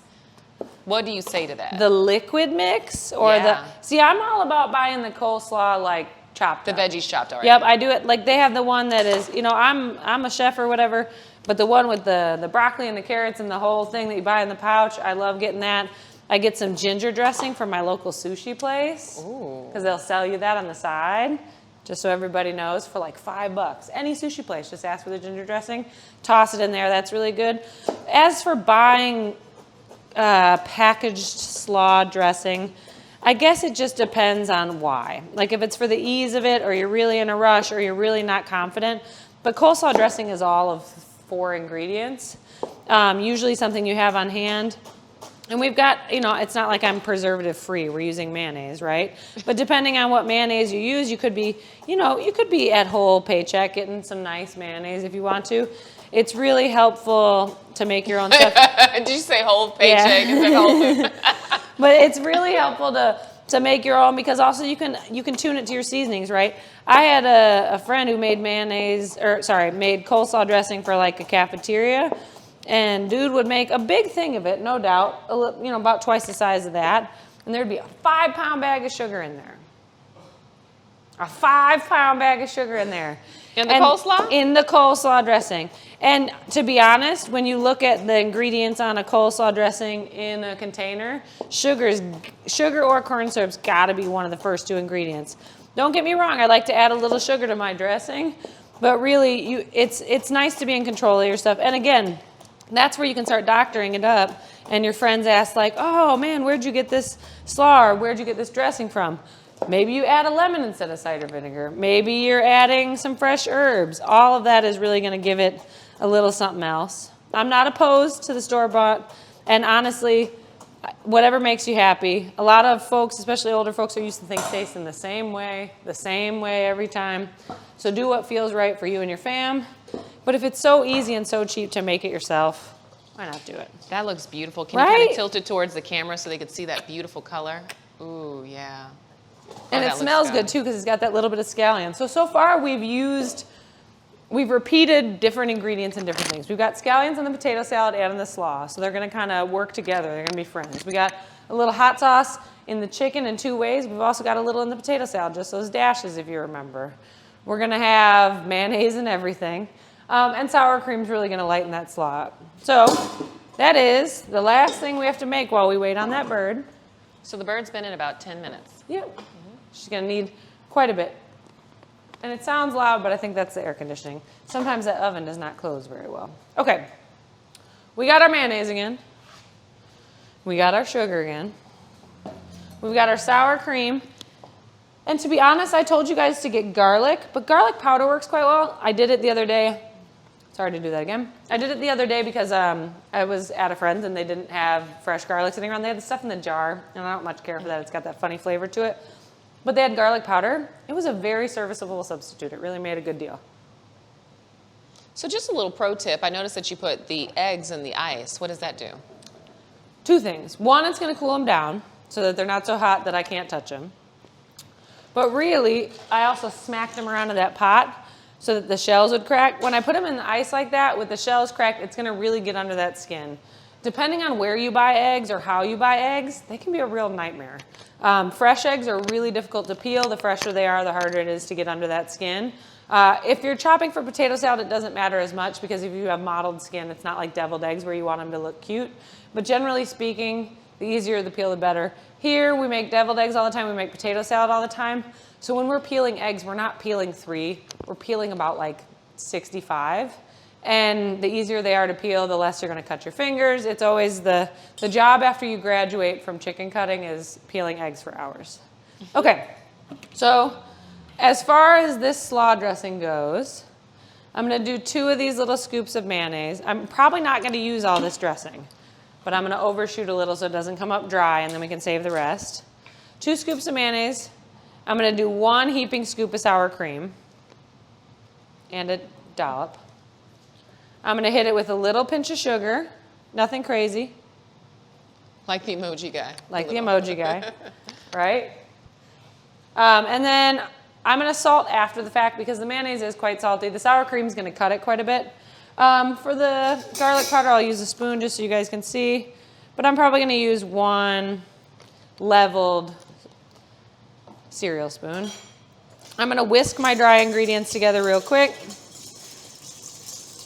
I'm definitely going to need a little bit more of them. You can already tell, so I'm going to add a little more sour cream and a little more mayonnaise. And I'm going to give them a stir again. And then this is where I'm going to use that cider vinegar. Cider vinegar, lemon juice, just really anything that's not like white vinegar, basically. Balsamic might be kind of weird, but it's possible. I'm shaking the heck out of this, so I hope it comes out okay. And I'll try and use a measuring thing for you. But really, we're going to do this based on appearance. So we see how this looks kind of, let's see if I can hold it. We see how this looks like a loose whipped cream, maybe a little Cool Whip. Mm-hmm. You're just going to add enough vinegar to loosen it up. This is still probably not loose enough. And the reason we're adding the salt or the sugar to this is to offset the acidity of the vinegar. But the vinegar is going to help it so that you're not just eating mayonnaise, Kale. And this raw vinegar, the unfiltered, it has a little more funk to it in a way that's pretty delicious, quite approachable. So it looks about loose enough now. I keep tasting it. Keeps tasting good. I am going to add a little salt because I did go a little light on the mayonnaise. And it's not just salting this sauce, right? It needs to salt this entire bowl. So rather than add the salt to that directly, I'd like to add it to the dressing, which I will then add. A little more pinch of salt. Don't judge. We're going to hit it with 1 little bit more mayonnaise. You're going to pull an Emerald Agassi that BAM! Bam! When this whole show started, I just wanted to scream like, ah! Oh, I just did it anyway. Yeah, you did. Why did I do that? I'm really sorry, everyone, but it seemed like a fun idea. And then we're gonna toss it gently. I'm gonna keep using these gloves because I got them at my disposal. Add a little at a time so that you're not, you know, like totally gooing up all your stuff in case you don't need to. And slaw is gonna kind of wilt and continue to dress itself, even with cabbage and kale as time goes on. So you just wanna give it a nice coating. You'll give it a taste, see if it needs any flavor. So with apple cider vinegar, should you use lemon or lime in addition to that, or either or? You can do either or. Mm-hmm. You can do a combination, but that quantity should be about the same. Mm-hmm. And it's really to your tastes. What do you like? What is your style of food, you know? Mm-hmm. And so do we want to make sure we get this nice and wet? Yeah, you don't want it to be soaking wet, but the kale and the cabbage or the Brussels sprouts are both going to need some time in here. Mm-hmm. And unlike when you would do coleslaw, you are going to kind of touch it a little with your fingers, kind of work that dressing in, because they're going to release their own liquid, so we just want to make sure that whatever dressing is on there has dressed this to completion. I think that's pretty good, guys. Can you describe the flavors? You can taste that bit of scallion, which really complements that splash of garlic powder well. You've got kind of the brightness of the cider vinegar, which is tempered by that thick mayonnaise coat. The sour cream really does, it's not a super essential thing, but the sour cream really does add some brightness and some freshness to it. Sour cream and mayonnaise are great friends. Anytime I have a chance to put them together, I will. And this is no exception. They really do complement each other well. And they make something nice and creamy without having it be, you know, like mayonnaise is just eggs and oil. And after a while, you can only have so much in there before you can't breathe properly anymore. I'm going to peel these eggs, but I'm going to check this chicken first. But I'm going to peel these eggs, but I'm going to check this chicken first. Yes. I'm trying to discreetly tell my camera friend, because he has to run across the whole room to get here. He's being very slick about it. This whole operation's smooth, but I did have to let him know, because I was not telling him I was going to do that. Let's go back there again.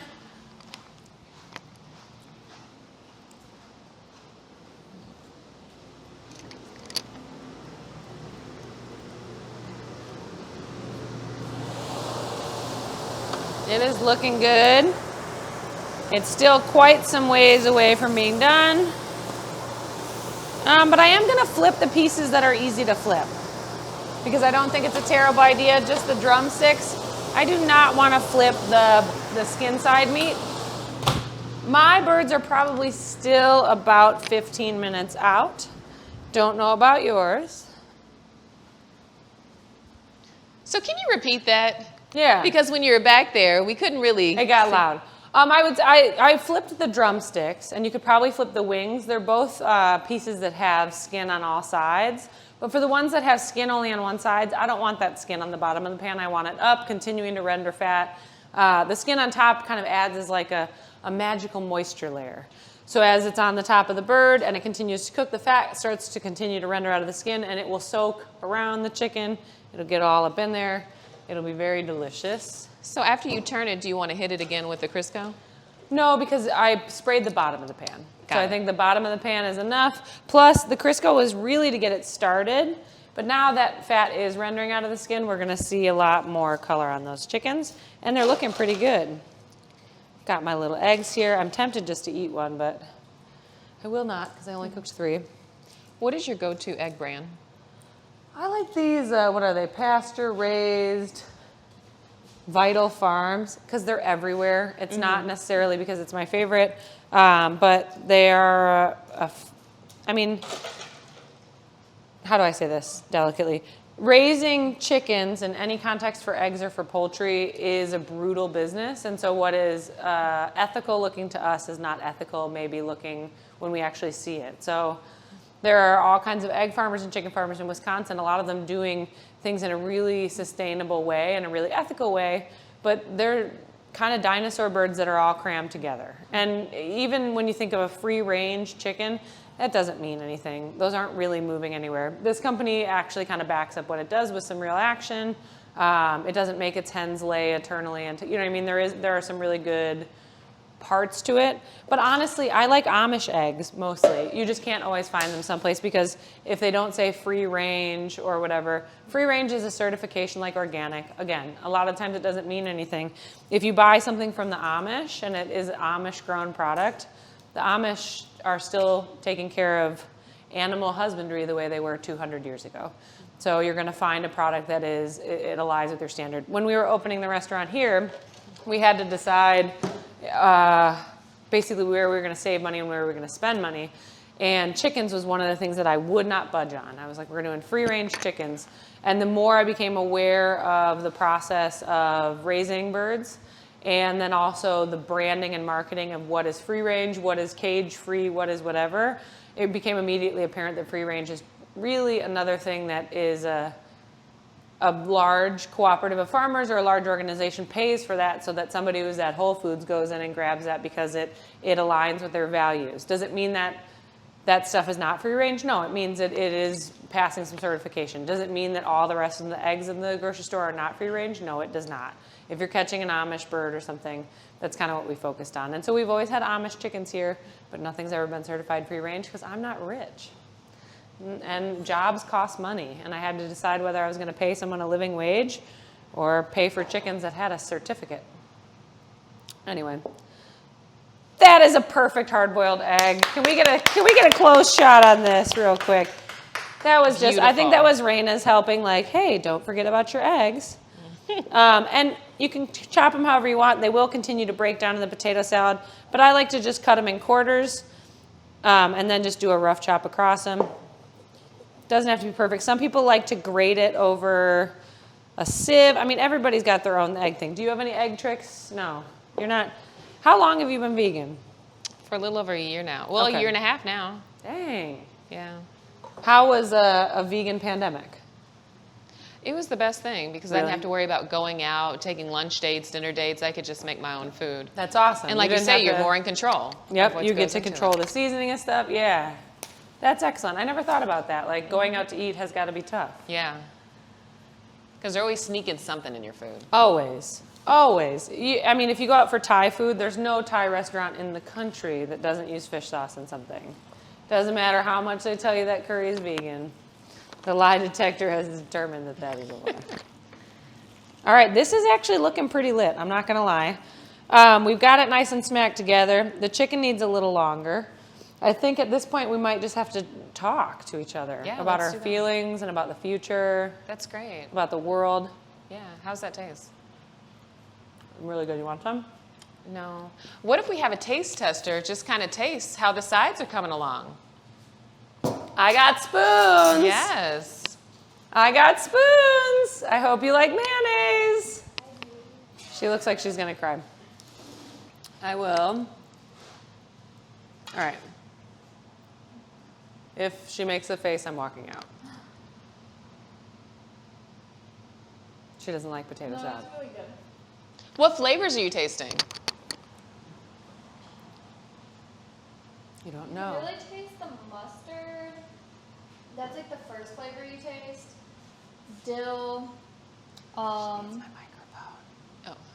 And then you get like the egg and the potato after that. Nice. But all together it tastes really good. Oh my God, thanks. Yes. Here's some more mayonnaise with vegetables on it. I'll stand farther away from you while you eat. Tell us about the textures. What are you experiencing?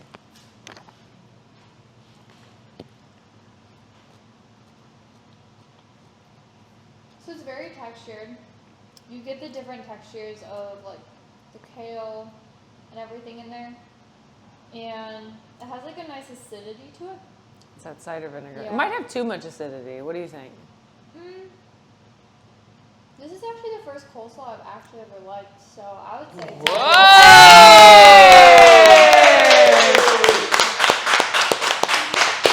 She works here now. Awesome. Thank you for trying that and for being put on the spot. Okay, so we've got our things together. We're just waiting on that chicken. Honestly, the chicken's gonna take some time, and for each person's kitchen, it's gonna take a different amount of time, so you just gotta follow your heart and your gut. I'm gonna slowly organize these things while continuing to talk to you guys because this is stressing me out about how this looks over here. Because if it looks crazy like this, then you might think that I'm crazy. Well, let's do a little Raina and Caitlin Q&A, all right? I love it, hit me. So, what the Tandem is really known for is their fried chicken. I've seen people come here and order pans at a time, like birds at a time. So what is your favorite food to eat? Ooh. Oh, I was joking about this answer earlier, but I think I meant it because she kind of asked this. I am really into mac and cheese. What? From a box. You with lost the me. Velveeta pouch. What? I go for like the Annie's brand, you know, or like Okay. something that feels a little, but really every chef you know doesn't eat well. Only when we go out to eat. Like if I'm going out to eat, I love sushi. Raw fish, give it to me all day, every day, poke bowl, whatever you want. But truly, what I end up eating the most is a box of mac and cheese. Is it because it's an easy go-to? Yeah, or- we cook all day, 12 hours a day I'm cooking. You gotta tell me you at least hook it up. You put the Velveeta pouch, but then you hook it up with some sharp cheddar. Nah, truffle hot sauce. I do get wild with it. Truffle hot sauce. They got me with that Instagram ad, little Where's little the cracked truffle pepper. hot sauce? I got one on the bar, Raina. am We'll I- give you one. Am I missing it? We Truffle hot- have a little extra hot truffle hot sauce back there somewhere. I know it. I'll give it to you. It's in a little bottle. All right. It is so good. I was not paying attention to, I'm not good at the internet. And so like, they got me. And I was like, whatever, I'll just buy it. And then they really got me. You can get it at Whole Foods now too. That's surprising that your favorite food, not your go-to, but your favorite food is Velveeta shells and cheese. Well, okay, maybe it's not my favorite. Okay. Pizza, sandwiches, it's all bad food. Like, Okay. When I'm cooking at home, I really am eating whole, like, nutritious foods. We're always like, making a lean piece of meat, or I'm using a meat substitute and making some sort of meatball or pasta, but we're always adding in a massive amount of kale for no reason, or every piece of vegetable that I can find at the market. But when it comes down to it, when I'm down and dirty with it, I like something bad for me. I like the whole box too. Like the whole thing. Like the whole So box. Ann comes and say, "Hey, babe, what you made?" Like some mac and cheese. Some for mac me. and cheese for me. You can have a bite. Always a bite. But splits, have you ever tried to split a box of mac and cheese? I don't make box mac and cheese. That's a really good point. That's why she's in charge of this healthy cooking class. And that's why I'm here telling you about mayonnaise. I'm going to move this real quick just because I hate the way those eggs look on there. Okay, So I'm curious, what's your most requested dish? at home or here? I would say at home. What does Ann ask you for? At home, so we started going to the gym when the world opened back up because we might have gained like 40 pounds each. And when we came back from the gym, we were ravenous, right? But our bodies needed protein because we also became like floppy people. We had no muscle mass left. And so it was always like some sort of lean animal-based protein. And I love mushrooms. Just like you, I use them as a meat substitute, but I love them normally. And so it would be like a pork tenderloin or a roast piece of chicken, kind of butter and herbs on it in a little foil packet, really let her go in the oven. Yeah. And then I would Make it tender, huh? Tender. And then a cauliflower mash. Ann goes crazy for the cauliflower mash. So plenty cream, plenty Parmesan cheese, but really get it going. Butter, sour cream. After you come back from the gym. After we come back from the gym. Because you're starving, right? So you get this big thing of meat.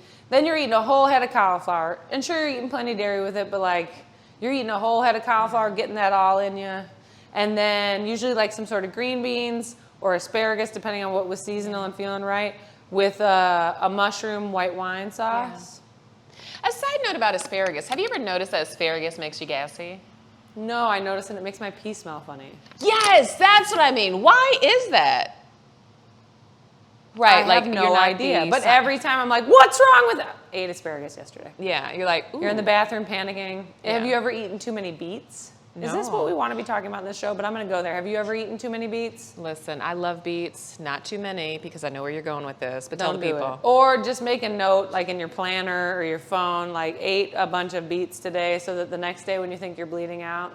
It's just beets. That was too much. That was too much for the show. We can't edit this, can we? No. She making a face. It's I pretty did. live. I'm in trouble. It's pretty live. It's pretty live. pretty live. I mean, I didn't say anything bad. It's just a reality of the human condition. The body Yes. is our temple. And Yes. that's why I fill my temple with mayonnaise. Yes. So moving on to another topic. So you are very community oriented. I remember, what was it, 5 years ago now when you moved into the community. Yep. I remember I was working right down the street and you had a very intentional recruitment process for hiring people directly from this neighborhood. I'm just wondering, 5 years later, when Tandem reopens, what does this place look like?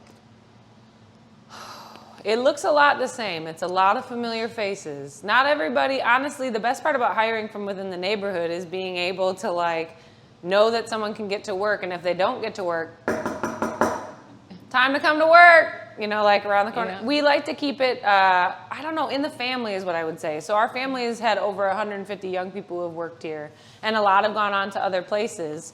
The pandemic really changed things up because the restaurant industry, we betrayed a lot of people in that everyone got laid off. You waited for unemployment, some people 6-8 months. And while the unemployment was good when you finally got it, it took a lot of people out of the industry, right? If you know that your livelihood is so precariously balanced and you might not have that chance again, when we are back to it, our real goal is to create like careers.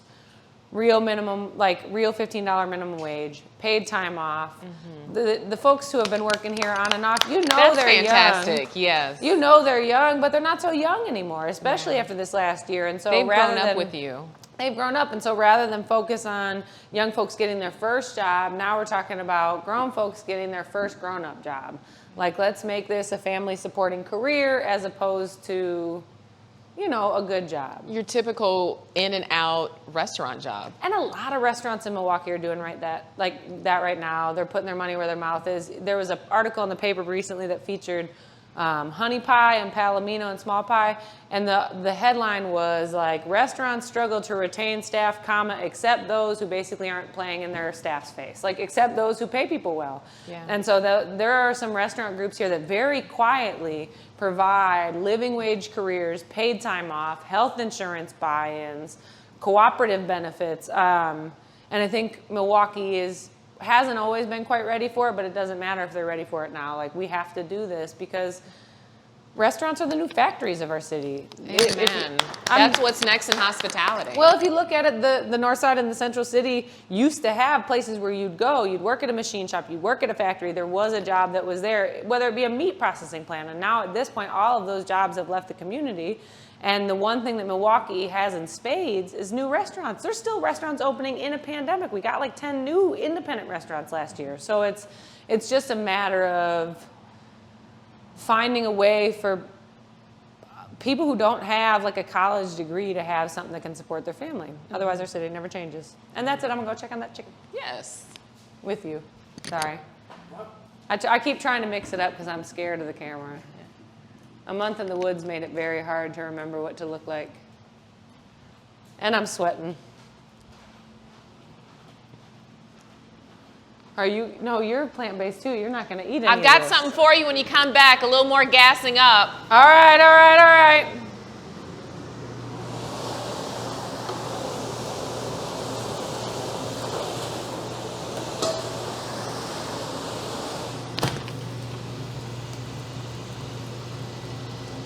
Ooh, one of them got a really big bubble on it.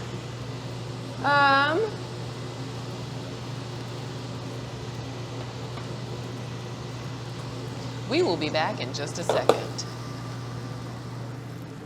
It is very hot and very So folks, messy looking. I want Be to acknowledge careful. that we have gone over our 7:30 time, but if you want to bear with us, we really want to make sure that you get the full experience of this oven fried chicken. Oh my, oh my. I think it's pretty done. Yeah. It's hot. Some of them, so never cut into something that's like fresh out of the oven, fresh out of the fryer, not just for the sake of burning yourself, but truly we want those juices to stay in there. So I'm gonna leave this chicken for probably at least 5 minutes before I bite into it. And I might not bite into it because it's very, very hot. It smells amazing. It smells really good. You know, vegan fried chicken's on the menu for reopening. Oh, really?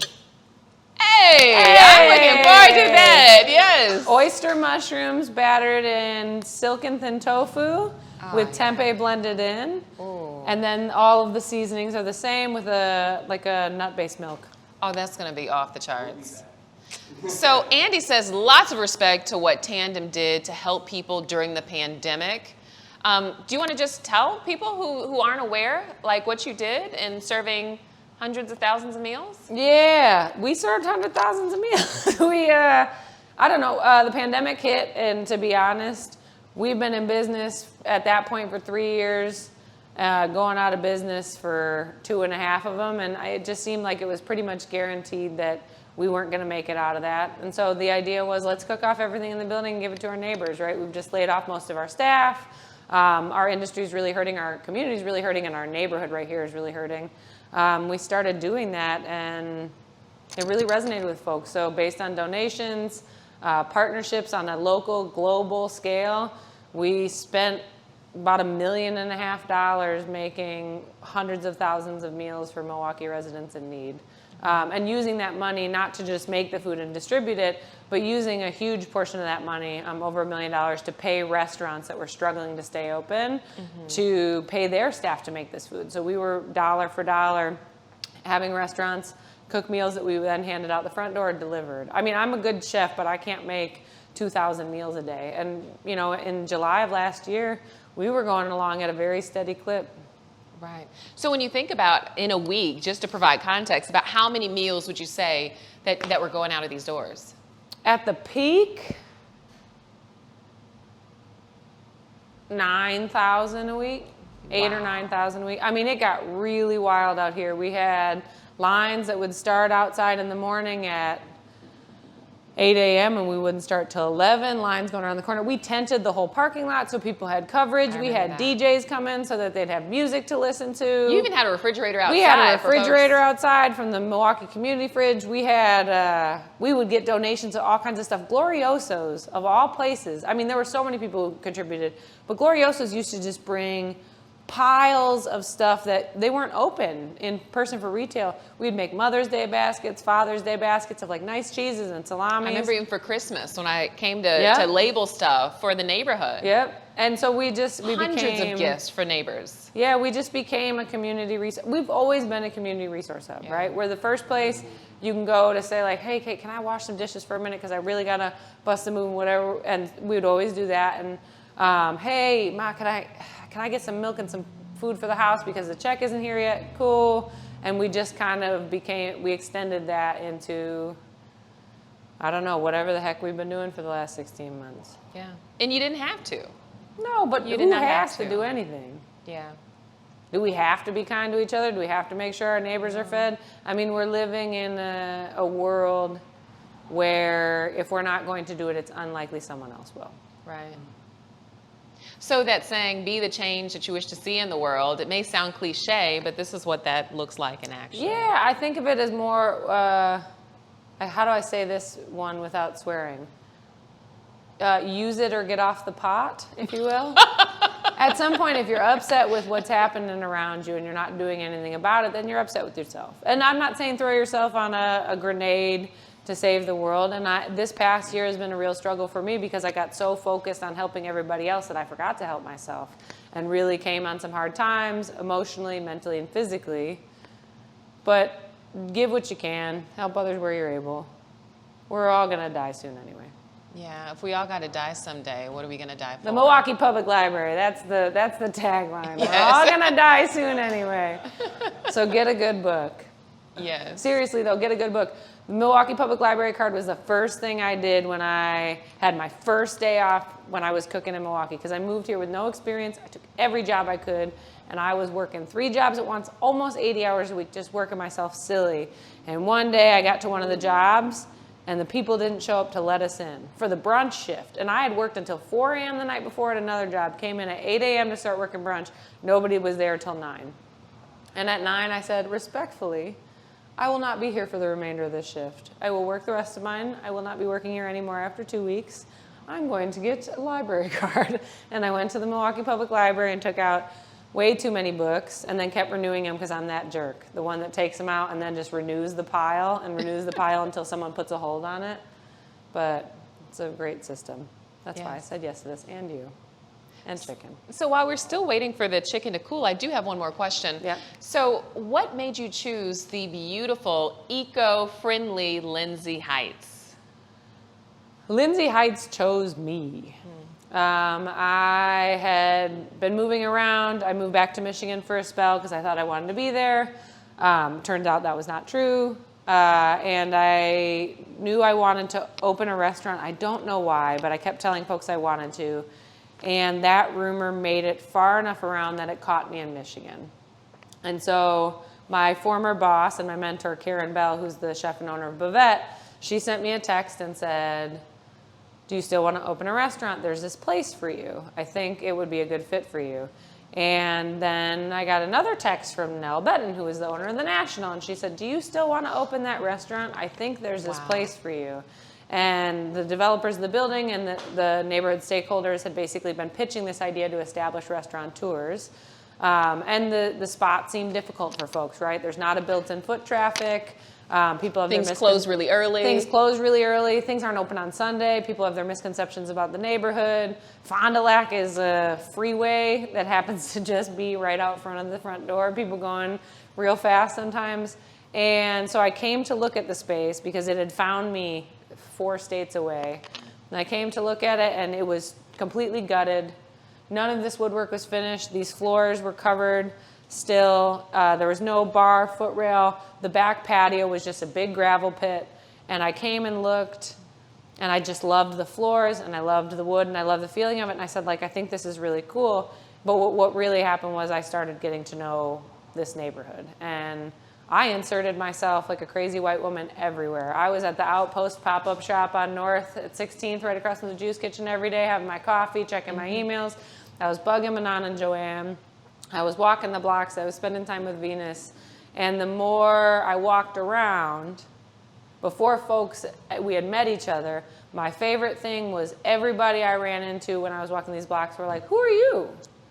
And it was a weird thing, and for some people it would be terrifying, but for me it meant you recognize who members of your community are, and I am some random person who's here. And as soon as we met, then it wasn't who are you, it's like, what's up? Like it's such a tight-knit community. There's less than 15,000 people who live here. A lot of folks have been living here on and off for generations. And everybody in Milwaukee, especially if you're talking about young folks from the north side of the city, everybody has lived here at some point. Because somebody's grandma, auntie, cousin, whatever, has stayed on 16th or 17th, or you've stayed at somebody's house, or that's where we used to have whatever. And so for being like a very small neighborhood in Milwaukee's largeness of its city, everybody knows it. Everybody touches it. So for those of you who have not met Caitlin Cullen, or you haven't read the articles, you haven't seen the news clippings, or if you haven't seen her on television, I mean, this is the Caitlin that I first met 5 years ago, who I absolutely fell in love with. I mean, not love at first. I was like, who's this weird white woman just walking the streets? For a minute. It's like, but instantly you see that her heart is there, and constantly you continue to show up, regardless of how hard it is, regardless of how much your heart gets broken. By putting it out there, you continue to show up, which is critical. And I'm glad we're able to share with the rest of the world who'll see this on Universal YouTube, how to, trying to teach them how to make your oven fried chicken and the rest of your dish. But I think it's remarkable. Thanks, Brandon. Someday I want this place to not be mine anymore, because after 5 years, this place has become an institution that has nothing to do with me. I happen to be the person who cuts the checks, and I run around and do the things on the TV, but there are so many people who are identified with the Tandem now after the time that they spent working here, dining here, hanging out here, filming, that it is no longer mine. It is all of ours. And it doesn't make any money anyway. Kind of like Cheers. Exactly. So how do we plate this? I'm going to grab a plate because I didn't even think that far, but I'm grabbing it fast, and you don't need to follow me with that camera because it's right here. No, it's not. We have no plates. Ooh, woo. I hope we can get our taste tester together. We have plates. We got to select one of the meat eaters from the camera crew. You know who you are. Let's get it ready, get it ready, get it ready. Get it ready, get it ready, get it ready. Get it ready, get it ready, get it ready. This is the only plate I could find. That's because perfect. we have not. Small bites. This is a sampling. All right. What's your meat of choice? That duck meat. You wing, you dart, you like a thigh. All right. Ooh, it's very crackly. Ooh. I want to be sure this is cooked. I'm very scared. Just to be sure. The last thing I need to do is feed your mother some raw chicken and then she'll kill me. That's the chicken knife. This is not. Just one peek. Oh yeah, we're good to go. All right. Would you like some potato salad and some slaw too? The works. Yeah, this will be like, you know what I mean, just a little taster. And I'm gonna have to get you a fork. Do you like hot sauce with your bird? Yes, I do. Frank's or Valentina? Let me get some out the back. Ooh. So what are you experiencing? What are you smelling?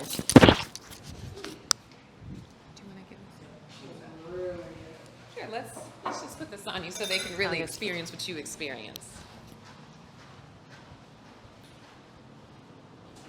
I don't really want to touch it with my hands, but, you know, let's try this.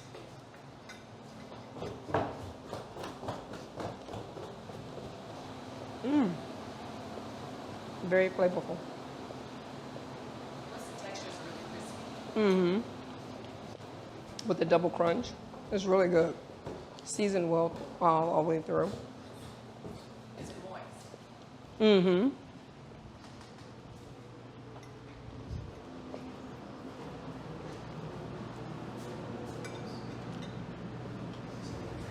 What are some of the flavor notes that you're tasting? With the chicken. Yeah. The seasoning is well balanced. I can taste, like, oh. We're Mixed out it of with the- Frank's. Oh, that's okay. Okay. That's okay. We have hot sauce all throughout the dish. Okay, yeah. Right. But like the salt and you can taste the onion powder. It's really good. It is really good. It turned out pretty good. Mm-hmm. With a double. Want a coleslaw? Now, are you a coleslaw person? You can nod. You don't have to talk while you're eating. Yes. Real zingy. Mm-hmm. Kind of cut that chickeny. It's different, but I like it. Thanks, Mom. What are you tasting when you say it's zingy? Like, what is that? What is that? The like what she said earlier, the acidity. You can taste like the Vinegar. the vinegar. But it's a nice balance. Yes, it's a very good balance. Mm-hmm. And now potato salad. You know, I like that rich potato salad in particular. How's that? Yes, I like this. The fresh dill is and it's something all- different. It works well together. How do you guys like it at home? Thank you. Mm-hmm. I'm gonna take this plate with Yeah, me. go ahead. Yeah.